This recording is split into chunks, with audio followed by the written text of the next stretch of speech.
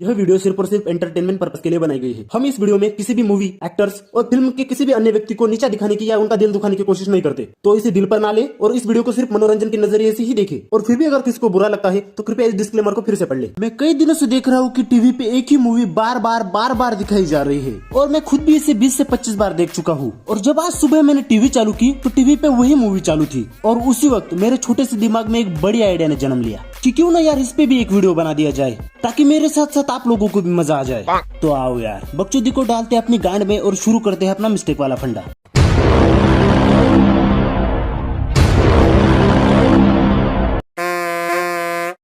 लोग chief minister बनने के बाद बड़े बड़े बंगले बनाते हैं, कोठियां बनाते हैं। इन्होंने तो खुद का महल भी राष्ट्र को दान कर दिया। अब यहाँ पे इस कलाकार को 20 रुपए देकर एक्टिंग करने के लिए बोला गया है और वो भी बढ़िया तरीके से एक्टिंग कर रहा है। अब इस चूतिए को देखो, ये उस कैमरामैन की नाजायज औलाद है जिसने कभी कैमरे को हाथ भी नहीं लगाया और आज ये मूवी में काम करने आया है क्योंकि प्रोग्राम तो इस तरफ चल रहा है पर ये दूसरी तरफ लगा हुआ है। अब किसी ने इसे दी नहीं है, इसको एक्टिंग के पैसे नहीं मिले, ये बताना बड़ा मुश्किल है, पर चूतिए ने तो मिस्टेक अच्छी खासी कर रखी है। अब जरा इस पिक्चर को देखो और मुझे कमेंट में बताओ कि इसमें आपको क्या अलग दिखता है, और अगर कुछ अलग नहीं दिखता तो वीडियो का एंड तक देखो, पता चल जाएगा कि क्या अलग दिखता है। अब जिसको एक कान है, दो कान है, जितने भी कान है बेंचो सबके सब खुले करो और इस डायलॉग को सुनो। 40 करोड़ मैं आपको देती हूँ। अब यहाँ पे जी कौन बोला? 40 करोड़ रुपए की बात तो खत्म हो चुकी थी और उसके बाद जी कौन बोला? क्योंकि अमरीश पुरी ने तो हिलाई भी नहीं, मेरा मतलब है होठ ही नहीं हिलाई, तो ये जी कौन बोला? ये बिना होठ हिलाए बात करने की जो कलाकारी है ना, ये इन जैसे कलाकारों के बीच में नहीं होती। ये सब तो बाद में किया जाता है, समझ रहे हो? ये सब तुम्हें चूतिया बना सकते हैं, मुझे नहीं।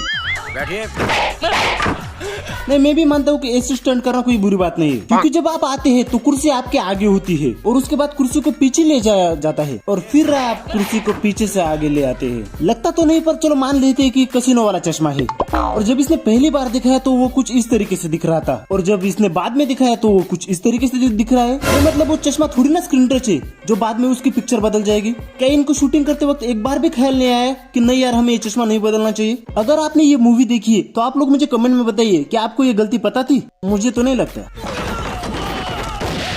मुझे पता है कि हाथ घुसाने के लिए ही होता है, पर यहाँ पे इसने अपना हाथ उस टेबल के अंदर घुसा दिया है जिस टेबल पे पहले कभी होल ही नहीं था। हम सबको पता है कि टेबल के अंदर हाथ घुसेड़ना कितना ज्यादा मुश्किल हो जाता है, पर इन्होंने तो बंदूक के साथ अपना हाथ घुसेड़कर हमारा भ्रम तोड़ दिया है। एक बार मान भी लेते कि बंदूक की गोली चलने की वजह से हाथ घुसाए, पर नहीं, गोली तो बाद में चली थी। अब हाथ को रोको साइड में और इस गोली को देखो, क्योंकि गोली तो सिर्फ एक ही चली है पर झूमर तो 3-3 टूट चुके हैं। आज तक ऐसा कोई भी बड़ा दिमाग वाला नल्ला पैदा नहीं हुआ कि वो कह सके कि एक ही गोली 3-3 झूमर को गिरा सकती है, और इन्होंने हमें अच्छे से चूतिया बना दिया और किसी को पता भी नहीं चला।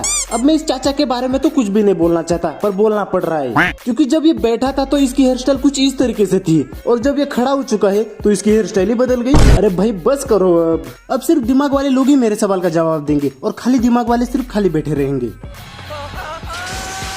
अब किस किस को सच में कांच के टुकड़े लग रहे हैं? चलो जाने दो, मान लेते हैं कि यहाँ पे इन्होंने वीएफएक्स एडिटिंग की कोशिश की है, पर माथा फोड़ने का मन तो तब करने लगता है जब कूदने से पहले बाएं हाथ में रखी हुई हीरो की थैली कूदते समय दाएं हाथ में चली जाती है, और हाँ, कूदने से पहले तो ये गायब भी हो जाती है। और सचमुच माथा तो तब फोड़ा जाता है जब कूदते वक्त दाएं हाथ में रखी हुई हीरो की थैली कूदने के बाद बाएं हाथ में आ जाती है। सिर्फ एक ही वीएफएक्स सीन शूट करने के लिए इन्होंने तो इतने हाथ बदले हैं जितने डायपर तो बच्चा दिन में भी नहीं बदलता। और बेंचो अब इस चांद को देखो, अभी चांद कब से इतने बड़े होने लगे? ये चांद यहाँ पे इतना बड़ा हो चुका है कि कल ये सूरज को भी बोलेगा कि भाई कल तू छुट्टी ले ले, कल तेरी तरफ से मैं हो आऊंगा। यही वो बात है जिससे मुझे बहुत दर्द होता है। जब इन्हें वीएफएक्स एडिटिंग आती ही नहीं तो ये क्यों करते हैं? इनसे अच्छा तो मैं कर लेता हूँ। वाह बुढ़ाऊ, वाह वाह वाह वाह वाह। अब मुझे नहीं लगता कि इसका इस उम्र में खड़ा भी होता होगा। अब मुझे इसके फुदकने की वजह से ऐसा लग रहा है कि ये सीधे पलंग से उठकर गैलरी में चला आया है और इसे देख रहे हो, ये इन्हीं की नाजायज औलाद है, तभी तो जाकर इतना नाम कमा रहा है। क्या हुआ मैडम? मुझे घूर घूर कर देख रहा था। ये बेचारा तो अंधा है। एक कलाकार अपनी मन की आंखों से देखता है, यहाँ के कोने कोने से वाकिफ है। सचमुच मैंने भी देखा है। चलो तुम्हें भी दिखाता हूँ कि ये अंधा कलाकार अपनी मन की आंखों के जरिए से कितने चप्पों से वाकिफ। देख, ये पहला चप्पा, ये दूसरा, ये तीसरा, ये चौथा, ये पांचवा, ये छठा, ये सातवां, ये आठवां, ये नौवां, ये 10वां, और ये 11वां। देखा, ये अंधा होकर भी इतने चप्पों से वाकिफ है और मैं तो देखने के बावजूद भी आज तक एक भी चप्पे तक नहीं पहुंच पाया, पर ये तो चप्पे चप्पे से वाकिफ है। फेंको फेंको।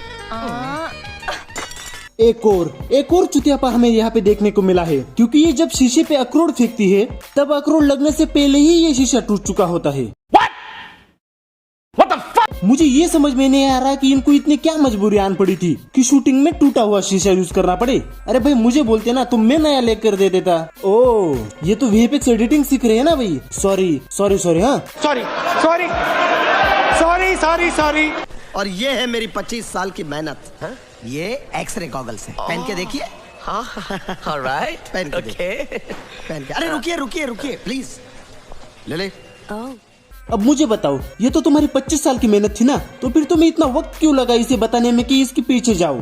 और इसे देखो, क्या इसे अपनी इज्जत प्यारी नहीं है? ये वहाँ पे तब तक खड़ी रही जब तक वो चश्मा आंखों तक नहीं ले गया, और फिर कहती है मैं समझ गया, इसे तो वहीं पे खड़ा रहना था, पर इस डॉक्टर ने तो पूरा खेल ही खराब कर दिया। और ये कहता है ये है मेरी 25 साल की मेहनत। चल भोसड़ी के। पता चला क्या कि क्या अलग दिखता है इस तस्वीर में? अगर नहीं तो आओ दिखा देता हूँ। यही वो चीज है जो इस तस्वीर को अलग बनाती है। अब मुझसे ये मत पूछो कि ये चीज कौन है, इसके लिए वो सोनी है ना, उसका सब देखना पड़ता है, तब जाके पता चलता है।